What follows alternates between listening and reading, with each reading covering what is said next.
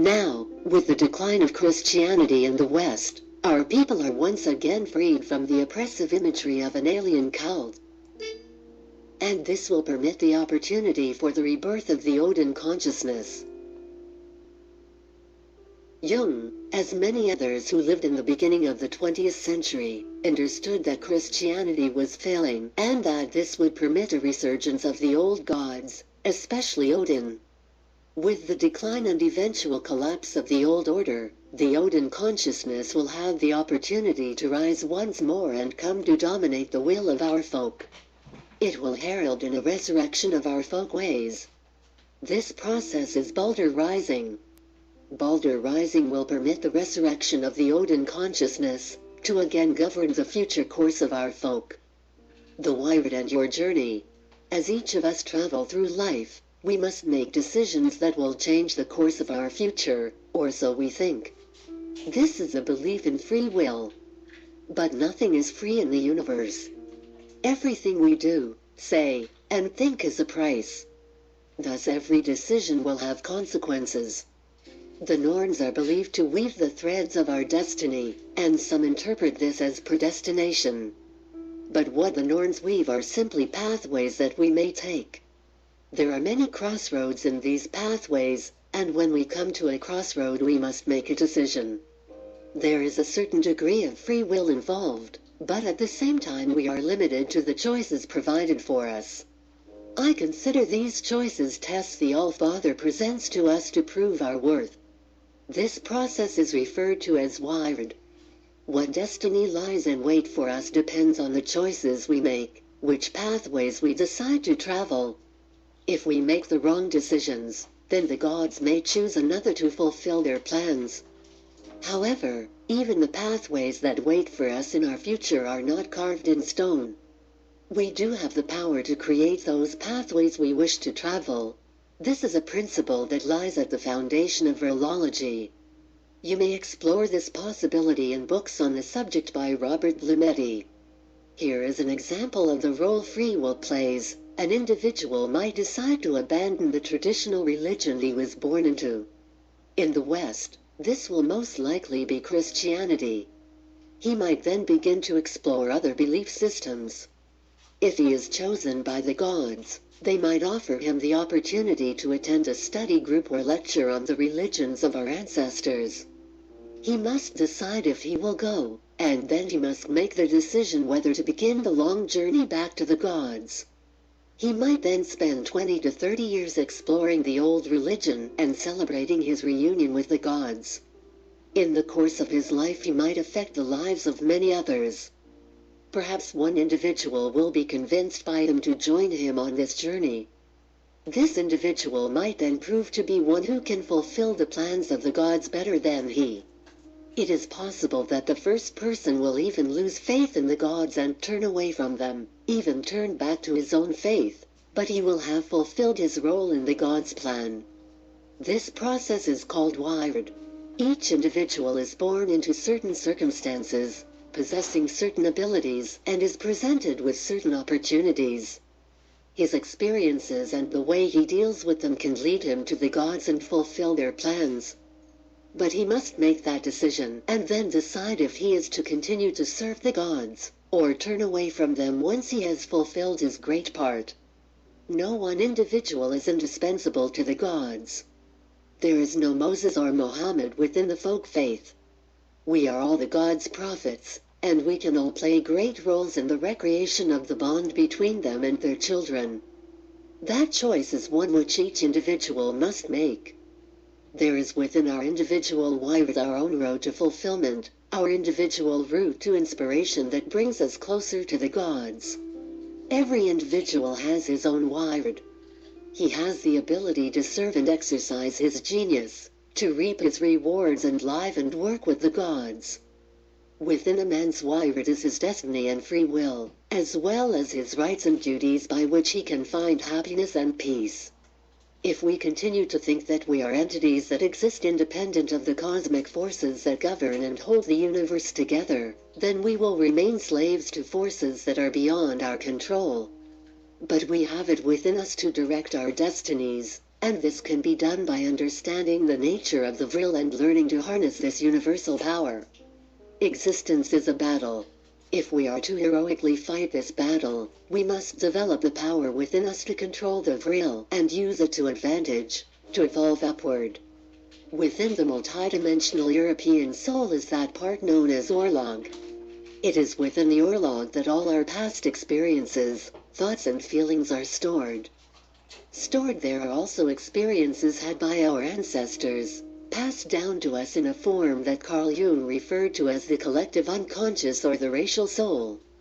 Those things that are stored in your Orlog are constantly at play, affecting the way you think and feel, causing you to react to whatever you face in the present.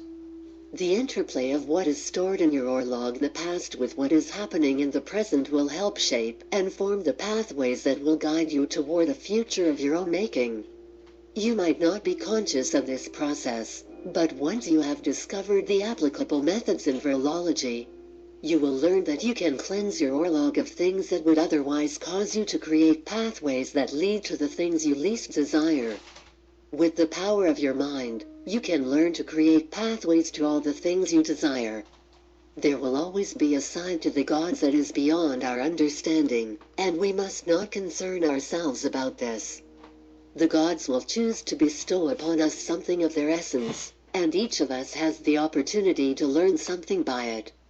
The decision whether or not to partake of that offer lies with each of us. This is also part of Wyrd. Wyrd can be described as a form of fellowship between us and the gods, and thus with the entire universe, along the path that we follow through life. In this way we can each play our individual parts in the grand orchestra of time and space. Know that once you discover the method of using your mind to shape vril into pathways you desire, you are in effect sending the gods blueprints that they will incorporate into their great plan for the universe. If you seek the gods or goddesses, they will hear your call, but when and how they will answer one cannot say. But if you seek them, you can be assured that you will eventually have an experience in which you will meet one or more of them face to face. You will then be given a choice we cannot foresee. When the time comes, you will have to decide. Robert Blumetti writes of such a time. 20 years ago I was part of a little group of people who were not believers in the gods, but were researching the old religion. Some attended with the intention of simply expanding their knowledge of the universe. Others because, like me, they had an interest in mythology. And still others because they believed in the occult. I always loved tales about the gods, and heroes in general, and everything and anything that had to do with European folklore and mythology. After several years we had progressed beyond just studying the legends, and were deep into the practical end of forging new links with the gods. One experience was very profound and changed my life forever. Through rune meditation and chanting, we were able to put ourselves into a trance-like state. We accomplished this many times and had many wonderful experiences. I discovered I was psychically talented and could easily slip into a deep trance. At that time we were concentrating on Freya, and it was she who first spoke to me. You should concentrate on a god or goddess of love and joy when forging your link or bond with the gods. Because the path you travel to them should be a joyful experience. On this occasion I found myself on a ship I guess we can call a Viking ship. I was at the bow. The ship was made of gold and surrounded by a golden halo. It sailed in a sea of black under a black sky. In the waters floated huge gold icebergs. Then before me appeared a woman who was beautiful, powerful, and surrounded by a halo. She told me that she was Freya, and if I would dedicate my life to the gods and fulfill a task that would later be revealed to me, she would choose me to spend eternity with her in her hall. Sesramnir, in the Folksfang. She also told me that those she and the Valkyries took back to Asgard weren't just heroes who died in battle, but anyone who led a heroic life. It was a battle of life and the willingness to dedicate oneself to something higher than oneself that was truly the heroic deed. She said there were many ways one could live a life of heroism. One way was to remain faithful to the gods throughout one's life, and perform deeds in their celebration. She told me that every person is a child of the life force of the gods, and that we each have a divine origin. We all have a divine mission to fulfill according to our individual abilities, but the choice to do so is up to each of us. She was now presenting me with my choice. She told me many things that day, but for now I will simply say that I had agreed to dedicate my life to the gods. When I woke from my trance, I discovered that the room where we had held our meetings was filled with a strange and eerie ether.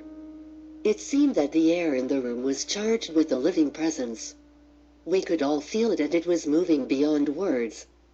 All of us admitted to some form of experience while in our own individual trance-like state, and we knew that the goddess Freya had actually presented herself to us in that room. For me, it was a life-changing experience. Baldur's return. We know that Baldur will return, so we have to ask ourselves how. After reading the book of Baldur Rising, many have asked the author if Baldur will appear on Earth in human form and walk among us like some 21st century Christ. Is he a Norse Messiah who will appear and judge us? The question reflects the state of mind of someone who has read the book through a Christian mindset. This is understandable. As one who had been raised Catholic, the author found himself constantly having to check his own perception of things, which were constantly clouded by traditional Christian upbringing. It is difficult to truly change the way one thinks and feels when traveling along a road toward a new spirituality. The statement in the book of Baldur Rising that Baldur will rise from hell and that his resurrection will herald the return of the gods was believed by the author to be clear that it was not referring to some kind of Jesus prophecy, predicting that Baldur will appear in human form, claiming he is some kind of Messiah. Baldur is not Christ, though elements of the Baldur tale were borrowed and incorporated into the Jesus myth. When Christians, especially European Christians, pray to Christ, they are really praying to the god Baldur without realizing it. Jesus was transformed from a heretical Jewish prophet into a neo-pagan deity by the early Christians in the transformation of Christianity from a Jewish heresy into a quasi-pagan religion as explained above. Other pagan gods such as Adonis, who was born in human form in a place called Bethlehem, as well as Mithras, who was born on December 25th, were also incorporated into the myth of Jesus Christ.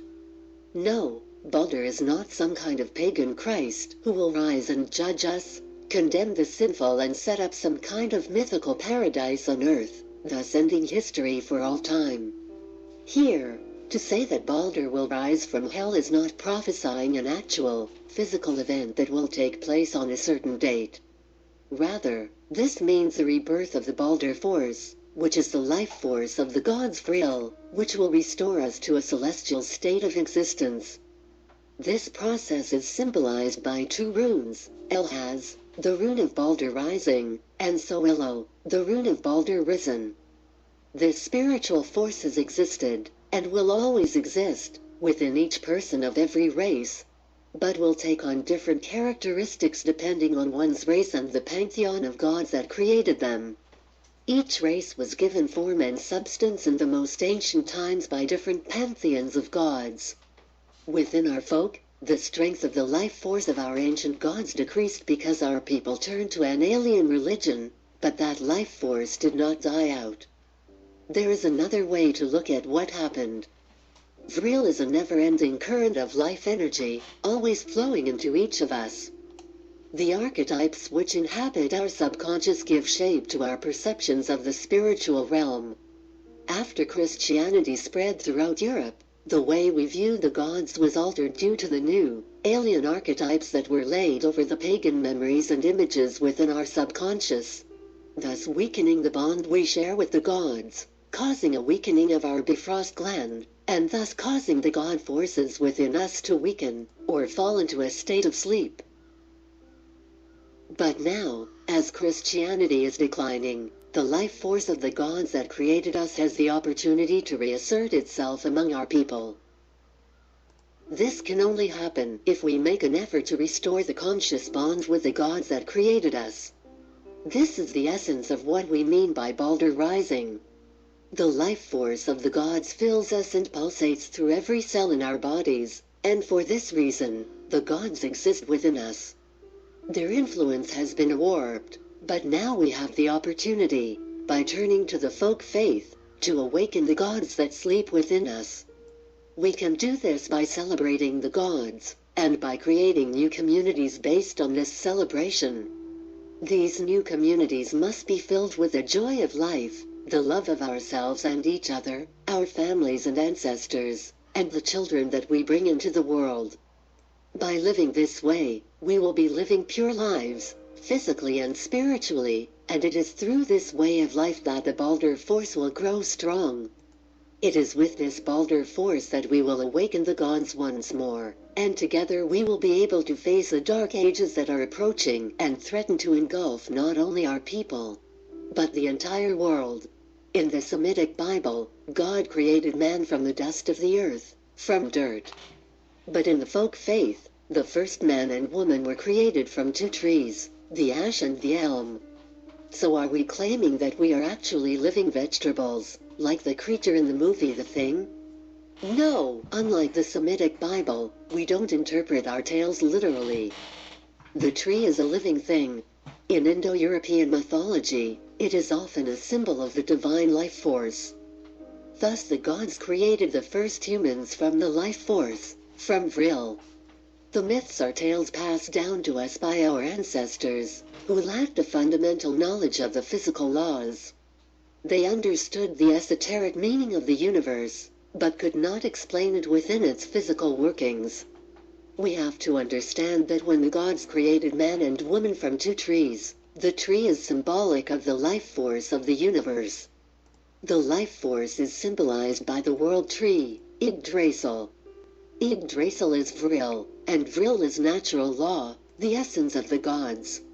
This leads us to an understanding of why the gods created mankind, which is a very different understanding than what the followers of the Semitic Bible, Judaism, Christianity and Islam believe. The God of the Semitic Bible is a tyrannical God who created man to be ruled over. Man is the plaything of this God. He gives them paradise and then creates Satan evil to tempt them from paradise, so they must suffer.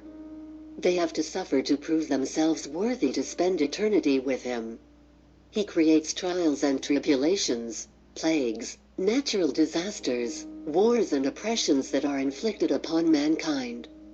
Then, he chooses only those who know of him and submit to him as the elect, who will be saved. The rest are condemned to suffer the greatest horrors in hell for all eternity. Even if you did convert, you might be condemned to hell if you broke even one of his laws. You could lead a virtuous life and then, in the end, you commit one sin, and bam! You are condemned to suffer for all eternity. These poor unfortunate victims are not restricted to those who rejected or turned from him. They also include the billions of people who never heard of him, and who never had the opportunity to convert to his religion. They also include those that submitted, but failed to prove themselves worthy of his laws. Think about it. Whether it's Judaism, Christianity or Islam, why did God not send his messenger, whether it be Moses, Jesus or Muhammad, to earth in the very beginning, and travel across the entire face of the world? To permit the entire world to hear the word of salvation? But then again, who would want to spend eternity with such a cruel and sadistic being? The gods of the folk faith did not create mankind to torture them. Mankind was created as a part of the organic nature of the world. We evolved according to the laws that govern nature. If we want to be successful, we must live according to those laws. We can decide if we want to align ourselves with the gods, and become part of their divine order, or submit to chaos, and live a life of decay and destruction, at the mercy of the haphazard forces of the universe personified by the giants. Thus we are part of the natural order of the universe, either contributing to the order that the gods maintain, or contributing to the chaos that is the essence of the giants. We are part of the universe, and part of the process, along with every other living thing. If we live by those natural laws, we will be successful and help maintain order, but if we don't, we won't. If we do, we will also be closer to the gods. When we die, we will join the gods in either Sesframnir or Valhalla, or inhabit that section of the netherworld known as Odainsakar, where Balder and his wife, Nanna, dwell. If we inhabit the two former realms, we will continue to play a role in ordering the universe. When we enter Valhalla, we join the ranks of the Einherjar, who ride out with Odin to do battle with the giants. This process is part of the turning of the ages, the evolutionary process of becoming. Only those who are worthy join such ranks, but the rest are not condemned to suffering. There is no final judgment, no such thing as sin.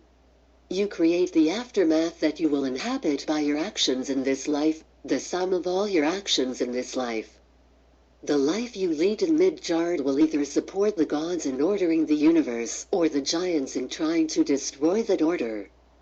By returning to the gods and joining the folk faith, you are joining the ranks of those who have dedicated their lives to helping the gods hold back the destructive forces of the giants. It is through this process of dedication to the gods that will ensure the resurrection of Balder,